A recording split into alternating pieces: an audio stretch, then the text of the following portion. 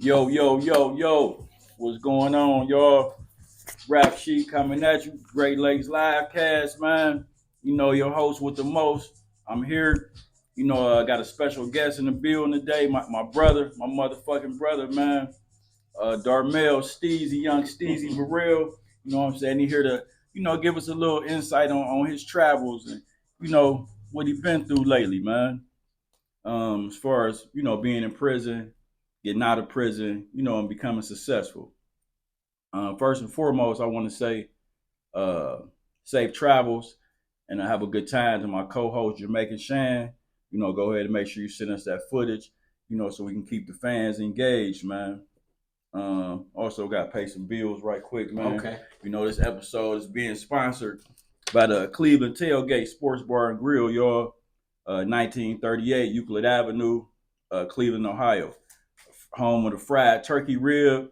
They got all different flavors, man. Lemon pepper, etc. Man, they got like 8 different flavors. That sounds good. Yeah, them joints go hard, man. So good to make you want to smack your auntie, man. You know what I'm saying? So, y'all get down there. It's the weather breaking. They got the patio open now, so get them a visit, man. They got the TVs on the patio and everything. Without further ado, man, we gonna get to the business, man. Your life after you got out, what I'm saying, what you into now. Give the people a little background. You from 116 from Buckeye. Yeah. Across town we call it. You know what I'm saying? You reside in Erie, PA. So welcome to the show. We appreciate you coming on, sharing your story. Maybe your story can help some people get through what they going through, or inspire some people to do some things, man. Yeah. So first and foremost, man, we'll give the people a little background on your situation. Okay. You got into a little bit of trouble in Pennsylvania. With multiple prison sentences. Okay, yeah. And Pennsylvania is a Commonwealth state, man. You know what I mean? So, I mean, they make up their own laws. Right. So, we want to get the people out there a little. If that's what you into, you know what I'm saying, going to different states and all that, doing your thing, don't go to a Commonwealth state. Yeah. You know what I'm saying? They'll knock sparks out you. Kentucky, Massachusetts, Pennsylvania, and Virginia. It's a lot of Cleveland dudes in Virginia. That's going way back. Yeah, you know what I'm saying? That's so those are Commonwealth states, man. So be careful out there, whatever. I want to first kind of, we're gonna go in steps or whatever, so kind of start off. We're not glorifying the prison part of it. We just want to, start from the beginning, man. And what were some things that helped you get through your bid, man, your prison sentence? When I was in jail, a lot of people do they play games and stuff like that. I play chess, but for me, I had to occupy my time with something. So I started writing books, and then after I wrote a couple books, I transitioned from books to actual movies. Like one of my movies, and this would be crazy because I'm a black person, I know, but one of my movies is about a washed-up country singer. And for the movie, I had to actually write 6 country songs for the movie. And and people be like, "Why you do that?" Well, it started off I used to write rap, so it ain't no different. So I wrote, HB Real that we always play. That's his son. That's my son. He get that from me, but you know what I'm saying. I used to have a little flow back in the day. Everybody. You don't believe it, but at the end of the day, I had to write 6 country songs for the movie. And it's about a washed-up country star named Austin Bell, and that movie's named Broken Wings. It took me 2 years to write that movie. Damn, that's what's up. It's not like an easy process. It takes time. Yes, and I could imagine that kind of help you.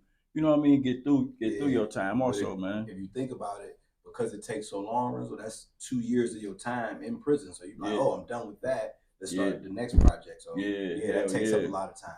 Yep, and you my brother, so I used to talk to you almost every day. During your time or whatever. I just remember, you always talking about the stock market. Yeah, you know what I'm saying. You got into the credit repair, which I know once you got out, you was making some money doing credit repair for people. Yeah, a lot of that when it comes to prison is it's a library.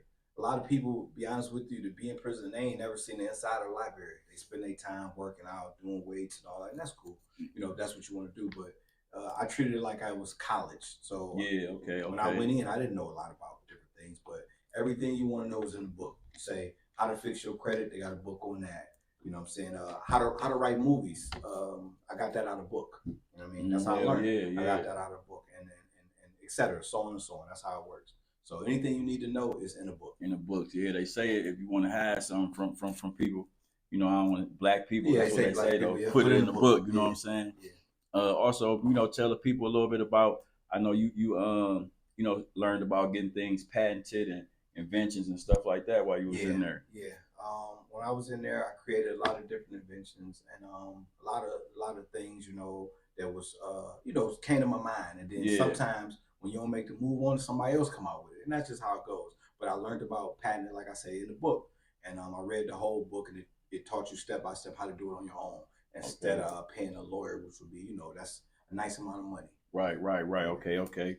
All right. Well, yeah, you know what I'm saying? Like he said, man, those some things that he did while he was locked up to, you know, kind of make his time, you know, mean something and kind of go forward, you know, make his time a little, you know, a little bit shorter. Next, I want to touch on, you know, being a father, because like you said, HB Real, that's your son. You also have a daughter, so being a father from inside, man, like you know, Well, keeping on your that, finger on it. just being honest on that aspect, you know, you my brother, you're a great father, and you've been in, you know, Appreciate it. your kids' life through the through everything.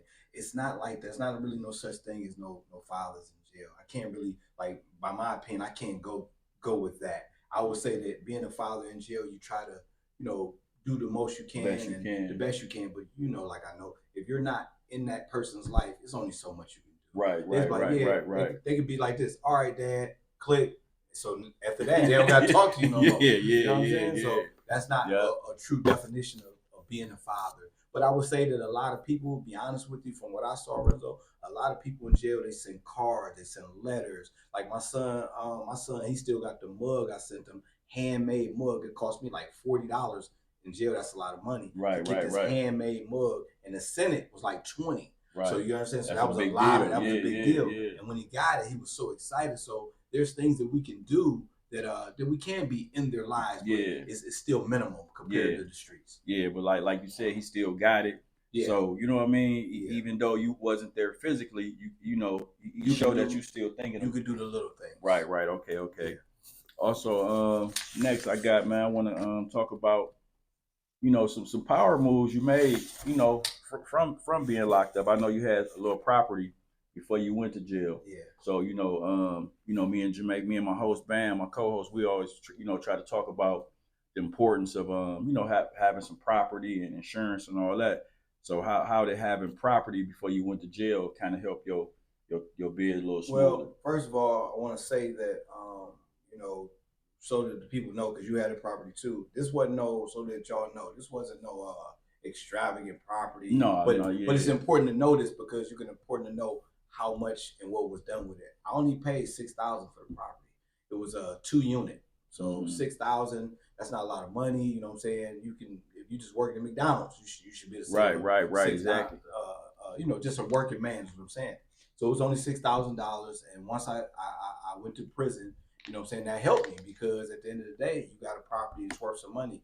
We end up segueing from that. We end up selling that property, me and my brother, and we use that to start, you know what I'm saying, our other business. Exactly, you know, exactly, man. Into, but like I say, starting off, it was only $6,000, and we end up getting a property, but it helped a lot. Right, and the value of it, you know what I mean. As the years went on, the value of it went up, and you know, like I said, I was gonna touch on this, Mel, because you know, this is something to be proud of, man. You know what I'm saying? Like from that, we segue to the trucking company. How much you say we sold the property for, so they'll know, they'll get an understanding? I think I sold that. I think I sold the property for like what, 16 bands or something like that. Okay. You know what I'm saying? Either give or take. Yeah, look at the math. Hell yeah. You know what I'm saying? So from that, Mel, bro, we segued to starting a trucking company, man. LSD Logistics. Yeah. You know, we started that in 2020, and LSD is our kids' names. Yeah. Lauren, Santana, Serena, and Dejana, which is my other daughter. Yeah. You know what I mean? So like I said, we bubbled to 4 trucks, man. You know what I'm that's saying? We true. bought with the That's 4 true. trucks, and in 2022, we gross, which people in business know grossing. You know what I mean? Don't mean a lot because you don't get to keep a lot Don't of the mean money. we mean we made the money. Right, Don't right. mean we got the money. Keep the money, You know what I'm right? saying? But we We ain't actually, got no money. yeah, exactly. Hell yeah, niggas fucked up. But you know, we grossed over $600,000, man. You know what I mean? That's over $500,000, bro. Yeah, You know what I'm saying? So just think, I wish we had that too, bro. man, we could flip the table. Well, you know, that's just something to be proud of, and that just kind of show, man. You know what I mean? That shit can be done, man. That's like you gotta understand from people coming from the ghetto, man. Like just even say something like that, you know? That's good. And like I said, the taxes on that shit, man, on 600, you know how much the taxes, nigga? That shit fucking crazy, man. But okay, boom. We're gonna fast forward past all of that. Okay. To when you was getting close to getting out.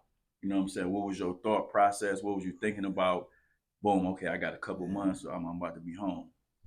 Okay, so I'll go to both, right? I'll go with the first time. First time go around, it was like my first time ever doing that much time. You know what I'm saying? Mm-hmm. Like when we got convicted, everybody was looking at 10-year mandatory minimums. And for what y'all don't understand, I don't understand. So I'll tell you what I learned talking to a lawyer. He was like, "Yeah, man, you facing a 10-year mandatory minimum." So I'm like, okay. I'm like, I don't get it. He said, let me explain it like this. He said, you can get more than 10 years, but you're not gonna get no less than 10 years. Damn. So no matter what happens, that was federal. Yeah, that was the federal. Okay. So he said, no matter what happens, you're gonna get 10 years. Mm-hmm. So I just sat back like, oh, okay, like I get it now. You know what I'm saying? Right. Yeah. But he said you could get more. So he said just hope for 10. So I'm like, hope for 10 years? Damn. So all of us, me, all my best friends, we was hoping for 10. So the first time around, yeah, it was different, Renzo, because I was so lost. Like iPhone came out while I was gone, all this Facebook and all this stuff like balloon. Like so, you come home, you just lost basically. Yeah. You don't know what's going on. Now the next time I went away, it was different. It was different because I had been out. You know what I'm saying? The time was less.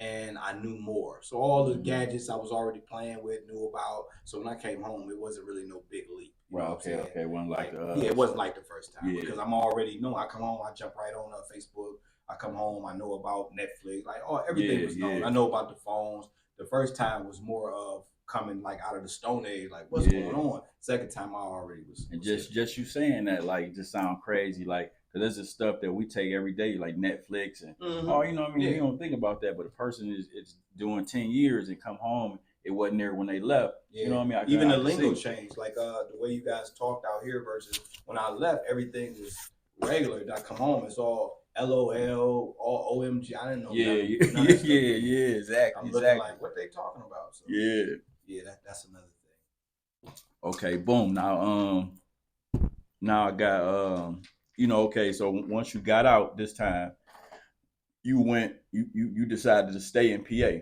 instead of coming back to Cleveland, you know, where you from. Like I said, you from Buckeye, 116th and Buckeye. So what was your thought process behind I'm gonna stay in PA, even though this is where I got in trouble with or whatever, I'm gonna make it happen here? Well, I don't know. I think to be honest with you, it's like in life, man, we all plan for certain things and it just don't work out that way. And when I got out, everything was Cleveland. I didn't want to be in PA. You didn't want me to be in PA. Right. My father didn't want me to be in PA. I didn't want to be in. So everybody didn't want me to be there, and that's cool because that's how we felt. But then I kind of was forced to go back because of the situation with parole. And once I went back, I guess it's like I was there, and it's kind of like, well, you did Serena there with the baby. My daughter was there, and that was one of the reasons I wanted to be there. But then again, you have to understand, like people got their own lives, so that sounds good in the beginning, like, oh, I'll be there with my daughter, but your daughter got her own life. So if you pick to be there, you need to pick to be there for yourself. But what ended up happening was it was just like it was the byproduct. I ended up being there, and then things started to move and happen. Next thing you know, it's like, why leave? Not only that, why go back to Cleveland where I'm born and raised?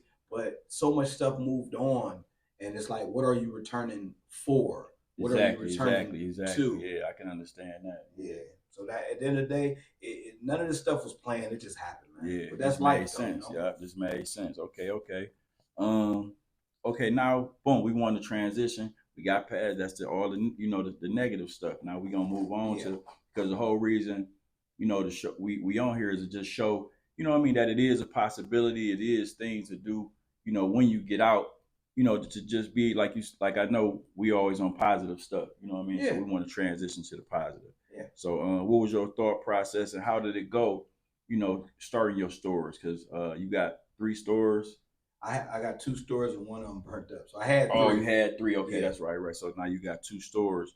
You know, so Um, how did that acquiring the storefronts to get the stores and stuff? to be honest with you, like some things, man, just be luck, man. Like, it ain't meaning like the hard work to go into is not luck. I'm not talking about that. But what I'm just saying, like, you could just go somewhere and like recently I went to rent a space and the older guy that was there was like, "What do you do?" And I say, "Well, I got stores." And he was like, "Man, I was thinking about that." He's like, "Man, I own a building down here. They trying to give me $500,000 for the building, and I want to go. You want to take a look?" And I say, "Yeah." Yeah, And just for me going to rent some space that don't got nothing to do with my stores, it put me in a place to maybe get another store. So that was exactly, kind of the exactly. thing. So for the beginning of the store, I was shown the store by the guy that had it. He's like, "Look, I'm doing this and I'm doing that." And I'm just like, "This is nice."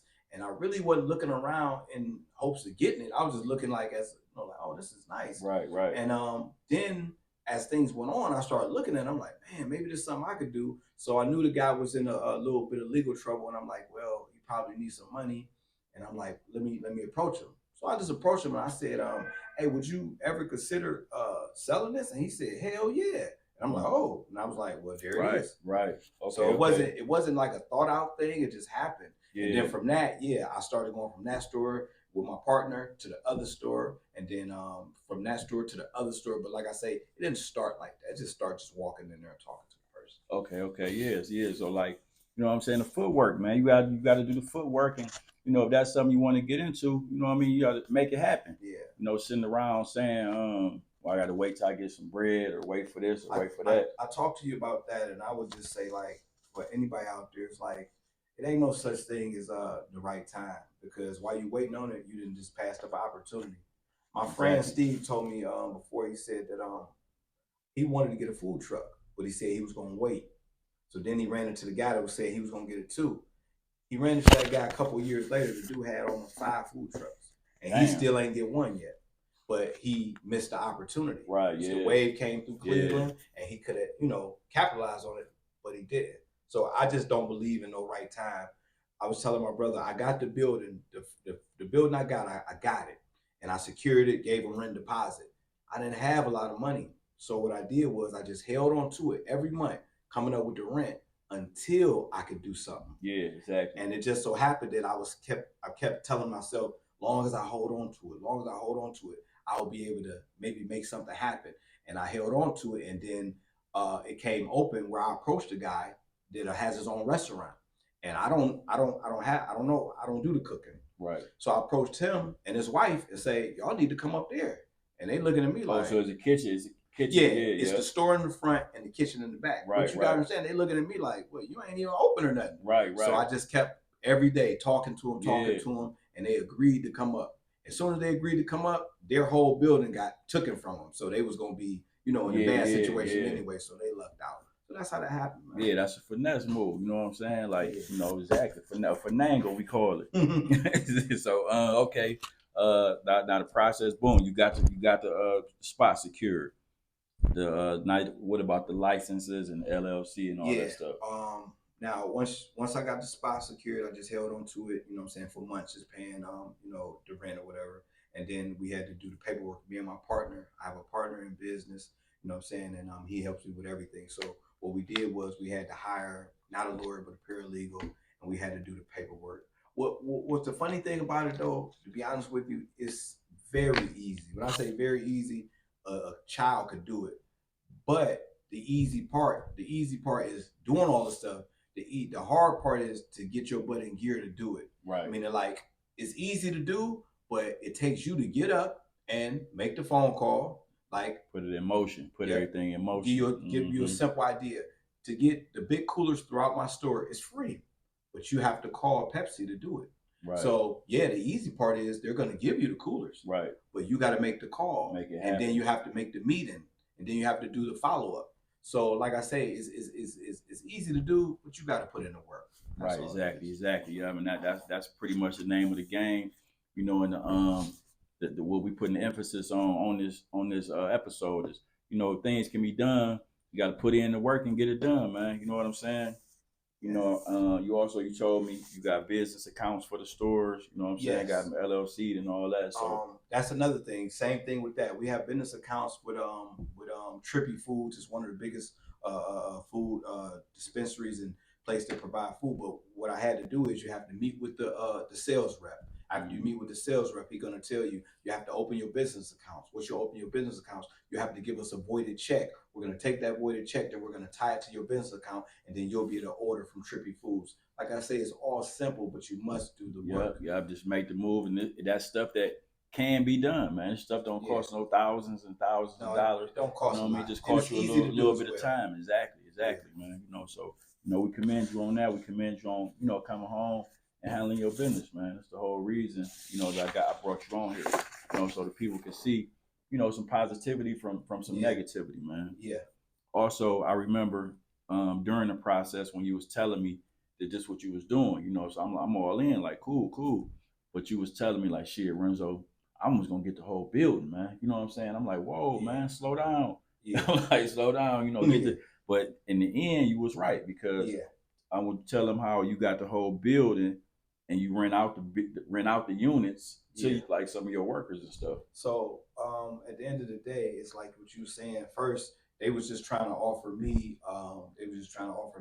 The storefront to rent that to me, and I was like, well, I want the apartment upstairs from it because I was thinking maybe I can move in there or maybe I could do something with it. Right. So we end up negotiating, and I end up renting out the whole building. So now when I walk in, it's just me. I got the storefront in the front. You have the kitchen / little restaurant area in the back, and then you have apartment on top of that. So I got it all. What's up. That's what's up. At the end of the day, I'm renting it, so I don't own it. But what I will teach y'all is this: you don't have to own something to make money. Right. You can chop it up like a pie, and when I rent this part out, subtract that from what I'm paying, I make money. Sweet. So that's sweet. That's what's up. Hell yeah. Okay. Well, you know, you touched on you have one of the stores burned down. So I know that probably was like a big you know, a big deal to you when you was on your struggle trying to get things up and popping. We rented that building out too, and it was cheap. It was very cheap for a nice neighborhood. It was a nice neighborhood. We rented the storefront and we rented the apartment, all for dirt cheap, and it was going to be a good thing. And it burned down. And at the end of the day, it's like you can't dwell on it. You just got to keep it moving. You know what I'm saying? Push. That's all it is. You know, it hurt when it happened, but I'll tell you the truth. Like after a couple months, I forgot all about it. Like people wouldn't believe it, but yeah, once you get to moving and stuff, you gotta move on to the next. You gotta keep on pushing. Yup, exactly. Can't dwell on it. Right. So okay, you know, just some of the stuff that I go through talking to you and, you know, on your journey, you know, I just felt like I wanted to share with the people. The gambling games that's in the store. Yeah. So I remember you got the first store from the cat and you negotiated everything, but you was like, man, Renzo, they got the games. I ain't worried about that. I just want the store. Yeah. Then a couple of weeks later, you came back and you was like, damn, Renzo, I slept on the games. That got to do with I guess it got to do with due diligence and knowledge. Yeah. I made a fatal mistake. I did not do my homework. You know, and that's something that, you know, it's hard to admit, but it's the truth. Yeah, I wasn't prepared, man. Shit happens. Yeah, I wasn't prepared, but it's good to say that because at the end of the day, if I would have did my homework, I would have you know, had it from the beginning. And don't be fooled. He had no right to. He didn't have to turn around and make that deal. Like once you messed up, that's on you. And Renzo messed up. Yeah, like, you come back, hey man, nah. Right.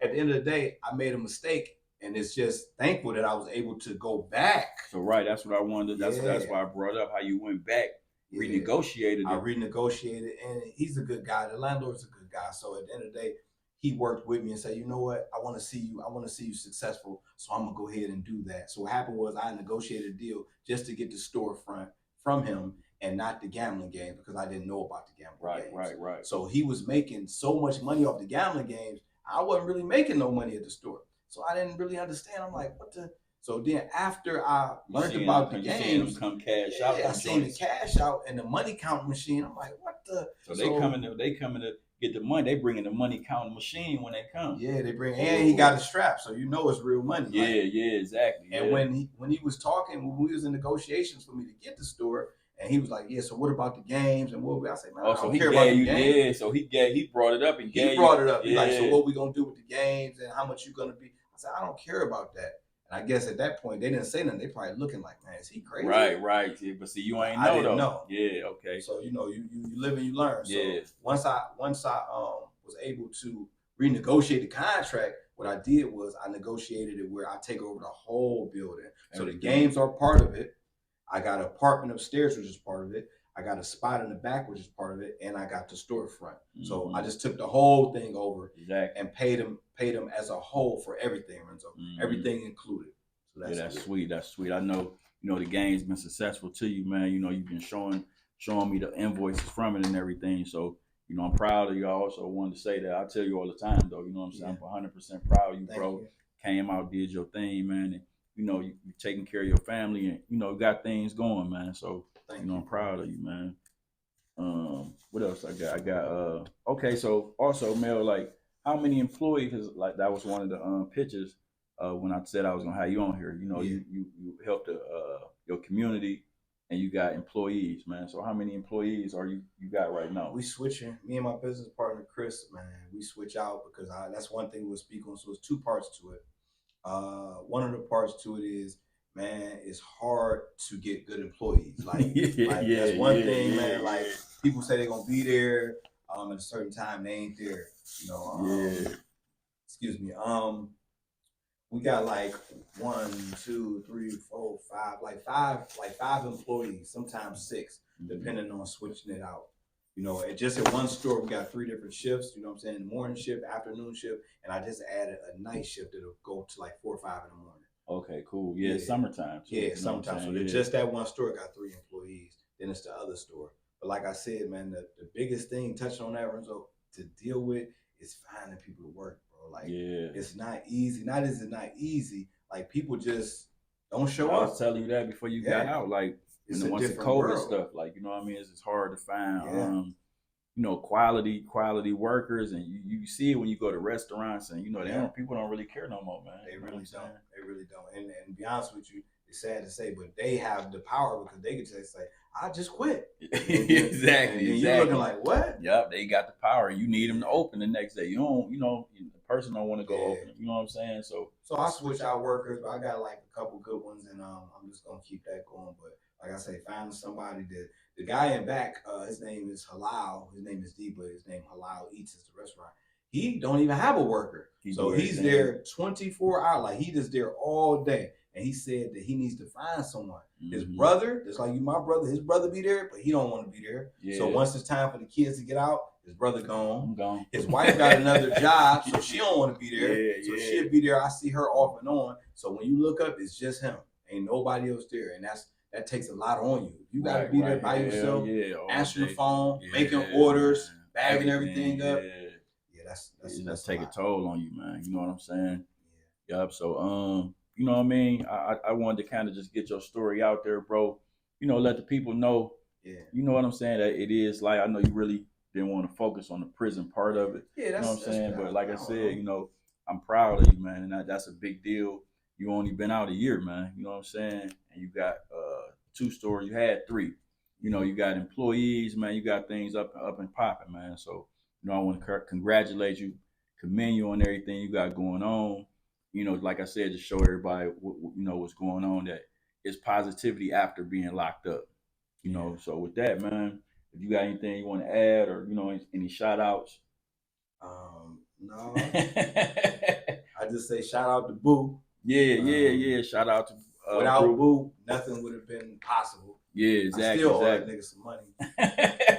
Exactly, man. You know what I'm saying? That's my best friend. I love him. Yeah. And just shout out to everybody at home, man. And just hope y'all know, like, when it comes to business, I don't got no secret recipe or nothing like that. The only thing I tell you is just hard work. You know what I'm saying? Determination. At the end of the day, I'm running to get tater chips one day, sodas the next day, and then I run in, I might have to sweep the floor or whatever I got to do, I do it. And, Yeah, but you're doing it for yourself. You Yeah, know what I'm saying? yeah, So that's the that's the difference. most. That's the difference. That's That's the important. difference. You do feel good because I ain't sweeping the floor for somebody else. I'm Right. sweeping it for myself.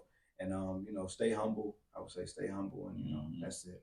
And that's what's up, man. Like I said, we want to say peace and safe travels, man. Have a good time to my bro, Jamaican Sham. My old man was like, man, where Jamaican Bam? He probably don't know how to say his You name. know, yeah, he like, where did Jamaican do that? I'm like, he went on vacation, pops, you know. So, you know, we want to give him a shout out, man. You know, just a shout out to everybody who've been supporting us and who've been liking and subscribe to the videos and the channel, y'all. And it's like my brother said, stay humble, stay out the way. You know, my message for the summer is the same thing, man. Stay away from all the gossip, man. Stay out of other people's business, man. You know what I'm saying? Mind your own business. Stay you can't safe, hopefully. Yeah, Stay you know safe. what I'm saying? Stay safe, man. And as usual, man, straight like that, you know, it's peace. See y'all on the next one. I think